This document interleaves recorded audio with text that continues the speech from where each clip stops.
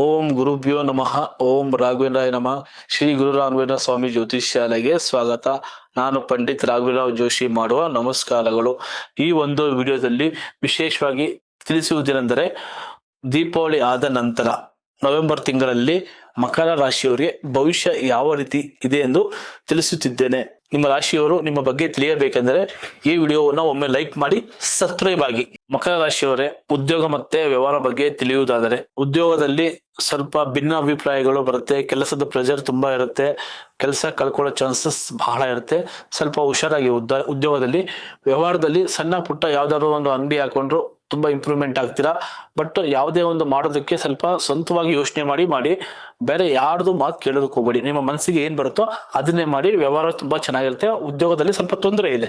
ಆರ್ಥಿಕ ಪರಿಸ್ಥಿತಿ ಬಗ್ಗೆ ತಿಳಿಯಬೇಕಾದರೆ, ಎಷ್ಟೇ ಹಣಕಾಸು ದುಡಿತೀರಾ, ಹೂಡಿಕೆ ಮಾಡ್ತೀರಾ, ಒಂದು ಜಾಗ ತಗೋಬೇಕು, ಒಂದು ಸೈಟ್ ತಗೋಬೇಕು ಅಂತ ಏನಾದ್ರು ಮನಸ್ಸಲ್ಲಿ ಇರುತ್ತೆ, ಮಾಡ್ಬೇಕಂತ ಆಸೆ ಪಟ್ಟಿರ್ತೀರಾ. ಅದು ಯಾರ್ದೋ ಮಾತು ಕೇಳ್ಬಿಟ್ಟು ಯಾರ್ದೋ ಹಣ ಕೊಟ್ಟಿರ್ತೀರಾ.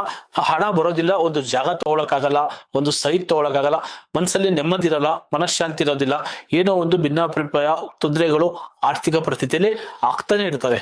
ಪ್ರೀತಿ, ಪ್ರೇಮ ಮತ್ತು ಕುಟುಂಬದ ಬಗ್ಗೆ ತಿಳಿಯುವುದಾದರೆ, ಮೊದಲನೇದಾಗಿ ಪ್ರೀತಿಯಲ್ಲಿ ಭಿನ್ನಾಭಿಪ್ರಾಯಗಳಾಗಿರುತ್ತೆ, ಮಿಸ್ಅಂಡರ್ಸ್ಟ್ಯಾಂಡಿಂಗ್ ಆಗಿರುತ್ತೆ, ದೂರ ಆಗಿರ್ತೀರಾ ಪ್ರೀತಿಯಿಂದ. ಮತ್ತೆ ಹಿಂತಿರುಗಿ ಬಂದು ನಿಮ್ಗೆ ಪ್ರೀತಿಯಿಂದ ಮಾತಾಡ್ತೀರಾ. ಮತ್ತೆ ಅವ್ರ ಜೊತೆ ಮದುವೆ ಆಗೋ ಚಾನ್ಸಸ್ ಬಹಳ ಇರುತ್ತೆ. ಮತ್ತೆ ಕುಟುಂಬದಲ್ಲಿ ಯಾವುದೇ ಒಂದು ಶುಭ ಕಾರ್ಯ ಮಾಡೋ ಚಾನ್ಸಸ್ ಬಹಳ ಇದೆ. ಈ ತಿಂಗಳಲ್ಲಿ ಬಹಳ ಶುಭ ಕಾರ್ಯ ಮಾಡ್ತೀರಾ. ಒಳ್ಳೆ ರೀತಿಲಿದೆ, ಯಾವುದೇ ರೀತಿ ತೊಂದರೆ ಇಲ್ಲ. ನವೆಂಬರ್ ತಿಂಗಳಲ್ಲಿ ಆರೋಗ್ಯ ಸಮಸ್ಯೆ ಬಗ್ಗೆ ತಿಳಿಯುವುದಾದರೆ, ಆರೋಗ್ಯ ಎಲ್ಲ ತುಂಬಾ ಚೆನ್ನಾಗಿ, ತೊಂದರೆ ಇಲ್ಲ. ನಿಮ್ಮ ಮನಸ್ಸಿಗೆ ಏನ್ ಅನ್ಸುತ್ತೋ ಅದನ್ನೇ ಮಾಡಿ. ಕೆಟ್ಟ ಯೋಚನೆ ಆಲೋಚನೆ ಮಾಡಕ್ ಹೋಗ್ಬೇಡಿ. ದೇವ್ರ ಧ್ಯಾನ ಮಾಡಿ, ಒಳ್ಳೇದಾಗುತ್ತೆ.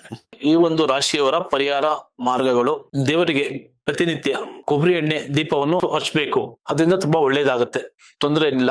ಮತ್ತೆ ಬಡವರಿಗೆ ಬಟ್ಟೆ ದಾನ ಮಾಡ್ಬೇಕು, ಅದರಿಂದ ಒಳ್ಳೇದಾಗುತ್ತೆ. ಒಟ್ಟಾರೆಯಾಗಿ ಈ ಮಕರ ರಾಶಿಯವರು ನವೆಂಬರ್ ತಿಂಗಳಲ್ಲಿ ಶಾಂತತೆಯಿಂದ ಇರಬೇಕು. ಎಲ್ಲ ರೀತಿ ಒಳ್ಳೇದಾಗುತ್ತೆ. ಯಾವ್ದಾದ್ರು ಒಂದು ತೀರ್ಥಯಾತ್ರೆ ಹೋಗಿದ್ರು ಒಳ್ಳೇದಾಗ್ಲಿ. ಇದಾಗಿತ್ತು ನವೆಂಬರ್ ತಿಂಗಳ ಮಕರ ರಾಶಿಯ ರಾಶಿ ಭವಿಷ್ಯ. ಮುಂದಿನ ವಿಡಿಯೋದಲ್ಲಿ ಸಿಗೋಣ. ಮುಂದಿನ ರಾಶಿ ಭವಿಷ್ಯ ಬಗ್ಗೆ ತಿಳಿಸಿಕೊಡ್ತೇನೆ. ನಮಸ್ಕಾರ ವೀಕ್ಷಕರೇ.